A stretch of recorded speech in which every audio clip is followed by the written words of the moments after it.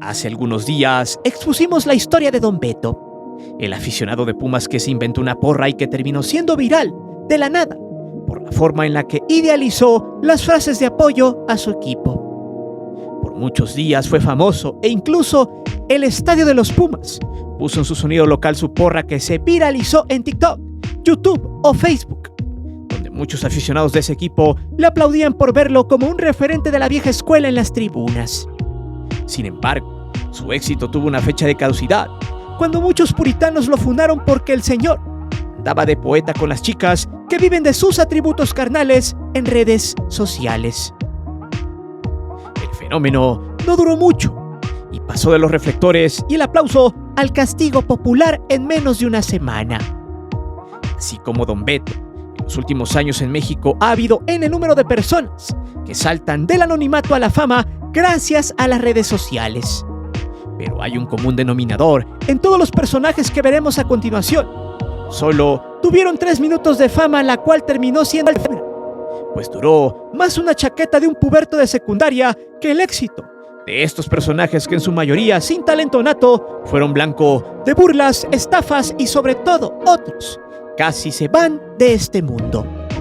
Ojo con el número 5, pues su caso fue muy perturbador. Es por eso que hoy te presento 5 mexicanos que se hicieron virales en redes y terminaron olvidados para siempre. Si quieres más historias como esta, dale like y suscríbete al canal. Te divertirás, te lo aseguro. Empecemos con un tipo que de la nada se hizo viral, solo por hacer una expresión tan tonta y que, dicho sea de paso, nació de manera involuntaria. O sea, no buscó la fama como otros que veremos a continuación. Eduardo Arias, fanático de Menudo desde 1983, es originario del estado de Puebla y había emigrado a la Ciudad de México en busca de nuevas oportunidades de trabajo. Sin embargo, lo único que le quedaba era vender comida y fritangas típicas de la Ciudad de México. Eduardo desde hace mucho tiempo se dedicaba a la venta de tacos, empanadas, quesadillas y demás en las inmediaciones del Estadio Azteca. De hecho, hay que decirlo, durante su momento de fama, Lady Wu, como se le conocía en todos lados, fue muy sincero y siempre decía que su empleo era vender tacos en el estadio. Nunca, al menos, se le conoció como agrandado como algunos otros que veremos más adelante. Y quizá eso fue lo que le dio la fama por algunos años hasta regresar a la triste realidad de la cual hablaremos adelante. El punto es que este sujeto de la comunidad LGTBXY y Z, y todas las letras del abecedario habidas y por haber, estuvo en el momento exacto donde las cámaras de Ventaneando en 2016 estaban entrevistando a un cúmulo de fanáticos, los cuales estaban emocionados porque Menudo se había presentado en uno de sus conciertos en el famoso Reencuentro.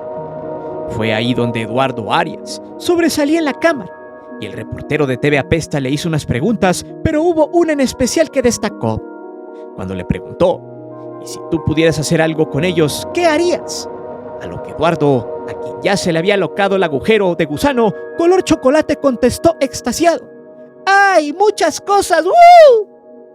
Esa simple frase de alegría, imaginando que tenía a todos los menudos pegándole de espadazos en el aniceto, se hizo viral.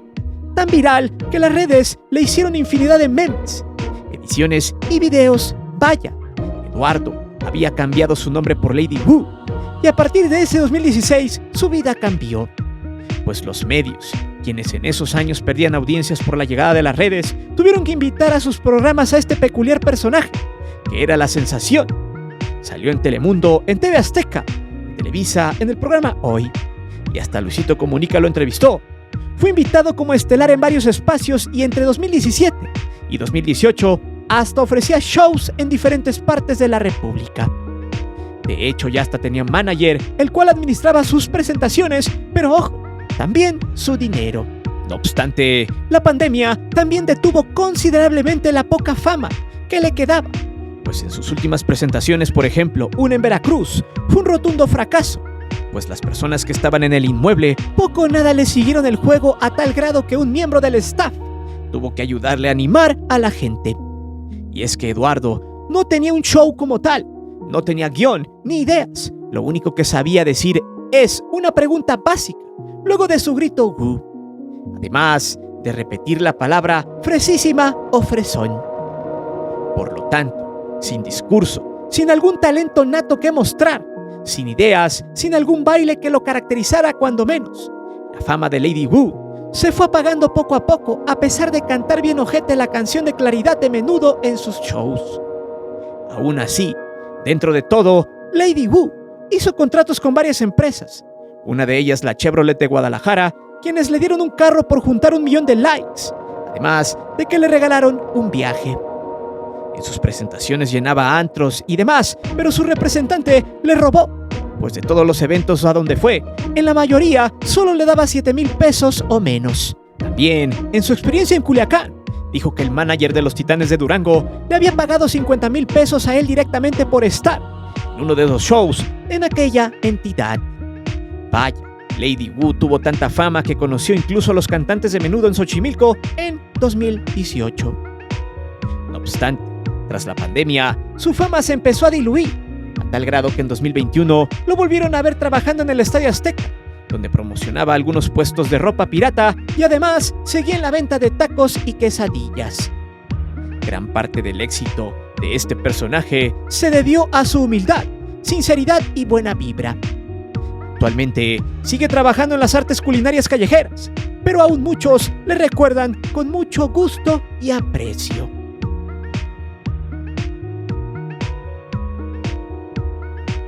Este es un tema lamentable por cómo terminó este personaje que su único talento era poner su cara de depravado que daba mucha risa. Sin embargo, al paso de los años, su fama terminó ciertamente en el caño, pues la historia terminó dando cringe y evidenciando que hay quienes desean fama a como dé lugar, aunque tengan que usurpar personajes. De hecho, la forma en la que se hizo viral a finales del 2020 fue gracias a un montaje que le hicieron en un Oxxo, los mismos empleados con el hijo de uno de ellos, pues en ese entonces era menor de edad, solo que no era empleado de esa cadena de tiendas.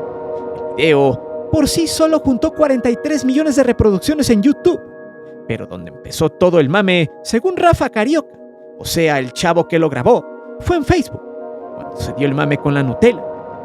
La temática con la que se hizo viral fue sencilla. Supuestamente un cliente había ido al Oxxo a comprar condones, por lo que el cajero, en este caso el puberto, de 12 años de edad, volteó, haciendo una cara como de pillo, ya te vi, hoy vas a garchar. Entonces, el supuesto cliente siguió poniendo cosas en la caja de cobro, como unos halls, a lo que el chamaco le volvió a hacer la cara libidinosa, hasta que al final también puso unos chicles de clorofila, y ya cuando iba a pagar sacó un billete de 500, a lo que el chamaco dijo que no tenía cambio. Por lo tanto, el cliente tomó su dinero y los condones y salió corriendo. Poco más de 1 minuto duró el video, pero fue suficiente para que se hiciera viral y sobre todo fuera blanco de miles y miles de memes con cara del puberto. Pero la fama del niño del Oxxo de Tijuana tuvo su lado oscuro, luego de ser la sensación en redes. Se les acercó la bola de estafadores de Badaboom. Por cierto, pronto tendremos ese video de ellos para explicar el modus operandi de cómo estafaron hasta sus propios empleados. Por suerte ese canal ya está en la basura, pero bueno. El punto es que nuestro amigo simpático Rafa Carioca contó que fueron invitados a Badaboom, y ahí la gente le pidió a esa empresa que le regalaran un teléfono celular al niño para que pudiera grabar, cosa que accedieron. Se lo dieron, pero luego se les ocurrió hacer una dinámica, en la que según por cada compartida de video donde salía el niño del Oxxo, este sería un peso para él, porque era para apoyarle en sus estudios, para un equipo de grabación y para remodelarle su casa. En pocas palabras, lucraron con él y sus necesidades, pues tenía fama pero no dinero. El punto es que hicieron 3 videos y además le hicieron firmar un contrato a su mamá, por lo que les había dicho que al finalizar del mes les darían el dinero que se juntara de los videos. Total que la banda los apoyó y juntaron entre todos los contenidos 400,000 compartidos, o sea, 400,000 pesos, pero el dinero no llegaba. Pasaron los meses y nada. Al final, el contrato hacía alusión de que ni el niño ni la mamá podían hablar del tema, pero ¿recibió dinero? Sí, solo 50,000 pesos. Luego, En otra ocasión, a Rafa Carioca y al niño del Oxxo los explotaron en el municipio de Apasco, Estado de México. Ahí los llevaron a mentiras de que según estarían en la presentación de un DJ y los anduvieron trayendo en varios negocios de un lado para otro, pero los terminaron estafando porque el que los llevó ya había hecho contrato con los locales donde el niño estaría y le habían pagado por eso, mientras que a la hora de cobrar, el vato les dijo que no había mucho dinero.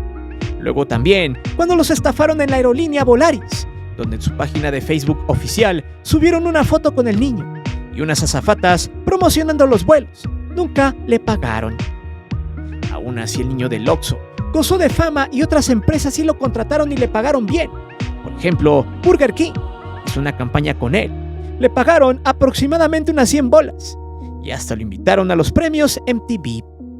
Pero lo más gacho de todo fue cuando el Oxxo los vetó, pues a Rafa Carioca, que era empleado de allí, a la mamá del niño y al niño les prohibieron que hicieran videos dentro de sus inmuebles, y mucho menos que trajeran los uniformes oficiales de la empresa por el tema de empleos a menores de edad.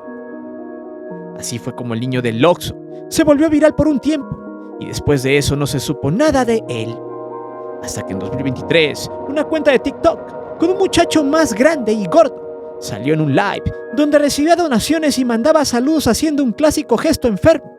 Sin embargo, la gente, en lugar de que les causara risa, terminó dándoles cringe, pues no se explicaban cómo el niño del Oxxo seguía viviendo de eso. Además, el vato recibía dinero, explotaba la imagen hasta que luego se supo que ese era un usurpador, pues el verdadero niño del Oxxo ya estaba en otros temas, pues según se preparaba para ser streamer de videojuegos. Su supuesto sueño. Tras desmentirse el caso, el usurpador ya no volvió a hacer el stream a nombre del niño del Oxxo, quien hoy luce como una anécdota de redes sociales que pocos recuerdan.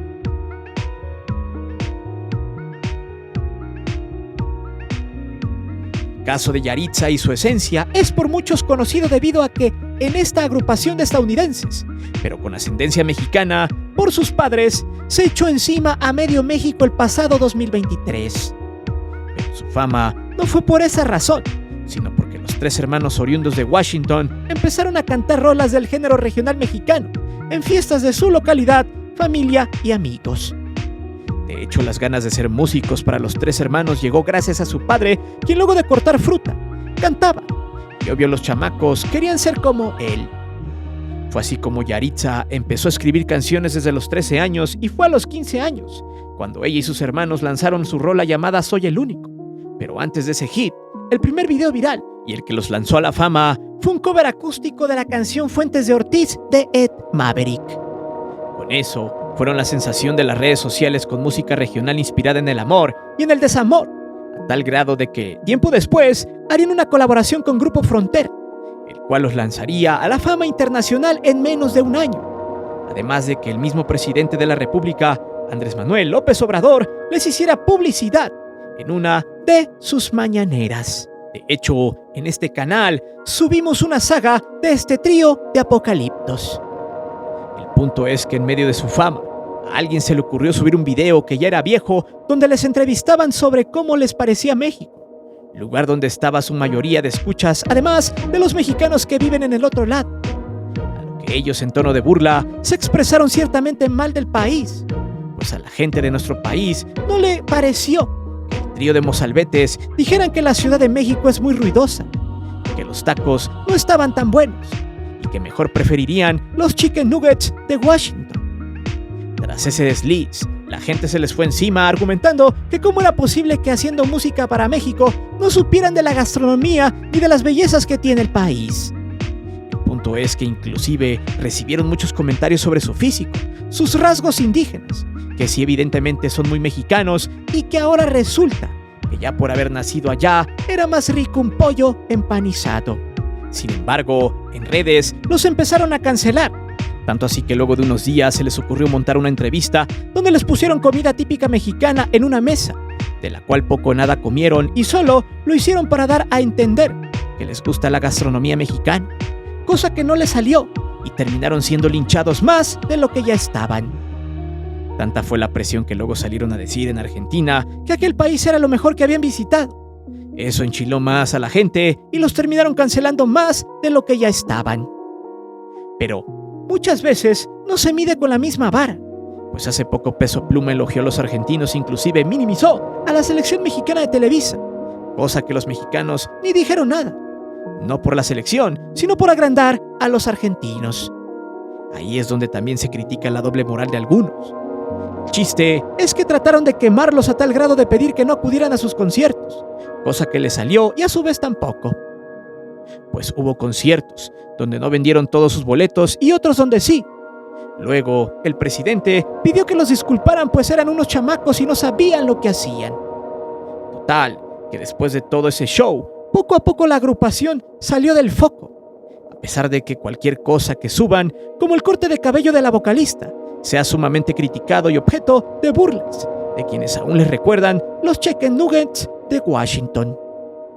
Lo que sí se ha mostrado es que Yalitza y su hermano mayor Armando son unos higaditos, ya que después de la fama que se formaron se les ha visto muy agrandados.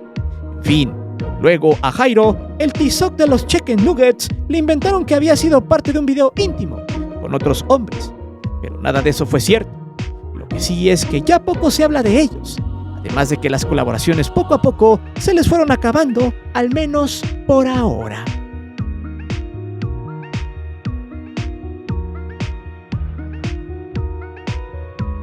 La historia de Medio Metro está llena de intrigas, desdichas, pleitos, ambiciones, avaricias. Vaya, a tal grado de que cuando tuvieron la fama en sus manos no supieron qué hacer con ella. Y todo lo que parecía un buen proyecto terminó yéndose por el caño para algunos de los personajes. De hecho, estos videos también los hicimos en este canal. Dejaremos unos en la descripción para que los cheques después de ver este contenido. El punto es que los inicios de Medio Metro y toda su cuadrilla se dio en las pachangas de barrio, pero cuando se hicieron famosos en redes sociales fue gracias al canal sonidero del Movimiento TV, donde promocionaban sus bailongos y sonideros que hacían en las colonias populares de León, Guanajuato y sus alrededores. De hecho, en realidad, ninguno de todos los personajes, desde el pirata hasta la Cholondrina, tienen algún talento en realidad, pues lo único que hacían era bailar y ambientizar el sonidero, pero de ahí a tener otra cosa que mostrar, no había nada en lo absoluto. Eso sí, Julián Rodríguez, o mejor conocido como el Sonido Pirata, fue quien había conjuntado a un grupo de personas casi de la calle para armar un show, y tuvo su mérito, pues fue el de la idea de vestirlos como personajes del Chavo del Ocho, para que llamaran la atención. ¡Uy! Algo súper novedoso. Así fue como de la calle y de una vida miserable sacó a José Eduardo Rodríguez, quien es un tipo de talla chica, el cual accedió a hacer shows locales y ganarse una feria. Tal fue el caso. Tras vestirlo como el Chavo, aprovechó el apodo que ya traía, pues un amigo de él, apodado El Pelón, lo nombró Medio Metro haciendo mofa a su estatura. En 2023, la popularidad de este personaje subió como la espuma a tal grado que no solo eran conocidos en León, sino en todo el estado de Guanajuato. Medios locales y estatales pedían entrevistas y que se les mostrara el paso de la chaquetita, el del chavito, el maniquí, la patadita, la lagartija, el tuntunazo y el King Kong. Y con ellos logró hacerse viral, porque la misma gente lo grababa y lo subía a redes, pero siempre en los bailes del pirata. A eso, la fama se le empezó a subir, y un tal Richard TV le empezó a endulzar el oído. Se hizo su amigo y representante, por lo que lo obligó a salirse del sonido pirata y seguir su supuesta carrera en solitario. Sin embargo, luego de pelearse por dinero, Sonido Pirata trajo otro Medio Metro, por lo que José Eduardo se enojó. Para ese entonces este personaje ya se había hecho famoso a nivel nacional, al grado de ser invitado a la televisión tradicional. El tema acá es que el tapón de alberca se molestó porque él, que llegó en su lugar, era mejor que él bailando, a tal grado que le tiró grilla en sus redes sociales. Le dijo de todo al otro y argumentaba que el original era él, tanto así que fue a registrar el nombre de Medio Metro ante el INPI. Los problemas siguieron con Sonido Pirata, pues no solo lo acusaba de pagarle una miseria, sino que según lo había explotado. Sin embargo, Medio Metro malo no sabía que su nuevo manager lo explotaría de verdad y lo trataría mal. Toda esa novela se tradujo que en algunos lugares de la República la gente lo repudió, a tal grado de que en un desfile de carros alegóricos le tiraron de todo, y en algunos otros videos se veía como Richard TV humillaba al dientón. Luego, se supo que este mismo Richard había endulzado al otro medio metro, el cual terminó cayendo en sus redes de este para luego desaparecer para siempre de la escena. Fue así como la figura de medio metro solo tuvo un instante de fama, mientras que Sonido Pirata no solo vio la baja del nuevo medio metro, sino que también de la pequeña Nicole, el bocho sonidero piratero Chaputín, quienes dejaron la agrupación en algún momento del 2023. Mientras tanto, medio metro terminó como botarga de circo, solo ganando por fotos y autógrafos. Hasta hizo algunos clips de películas porky para OnlyFans, cosa que no le dejó mucho dinero. Poco a poco la gente lo fue olvidando a tal grado que hace poco se supo que sería papá. Y luego en este año presumió que iba a sacar su visa, pues según él, en Estados Unidos querían sus servicios de bailarín. El tema es que ya pocos se acuerdan de este personaje, mientras que Sonido Pirata sigue vivo dando shows en varias partes de México y supuestamente tienen para este 2024 algunos conciertos en la Unión Americana. La historia de Medio Metro es una vil muestra de cómo la gente peca de avaricia, se corrompe por la fama y el dinero. En un momento puedes estar en la cumbre, pero en cualquier momento caes y será difícil levantarse. Hoy, Medio Metro malo luce como uno más del montón de gente tonta que hacen virales las redes sociales. Pero, ¿qué pasó con el Medio Metro cara de Pug? Ese anduvo saliendo en algunos programas, incluso salió con algunos youtubers como Yulai.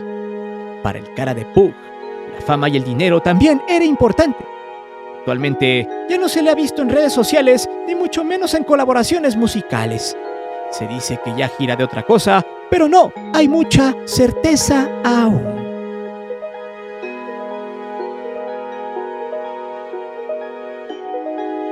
El caso de David Cuéllar Montero empezó como gracia, pero casi termina en desgracia.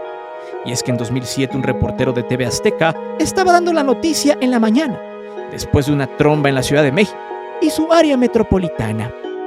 No obstante, David Cuéllar Montero estaba tratando de explicar cómo un poste de luz se había caído en Tlalnepantla.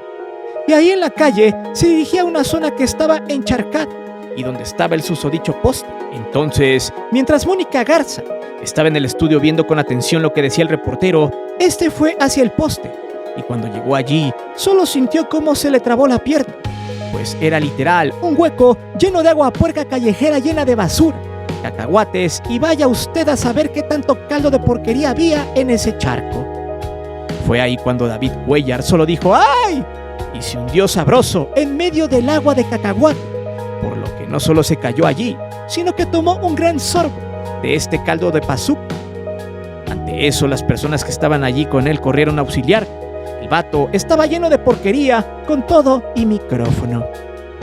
Mientras que los conductores del programa, de hecho, solo se quedaron perplejos, excusando al triste reportero bañado en agua de cacahuate. Estas imágenes fueron infinidad de miles de memes. El video tuvo más de 5 millones de vistas y el reportero de TV Azteca se hizo famoso en unas nacientes redes sociales en México. Pero su fama no fue lo que importó. Este sujeto meses después y luego de regresar a su casa en Acoxpa, en la mañana, pues tenía una sección de madrugada en televisión que se llamaba Mientras usted dormía.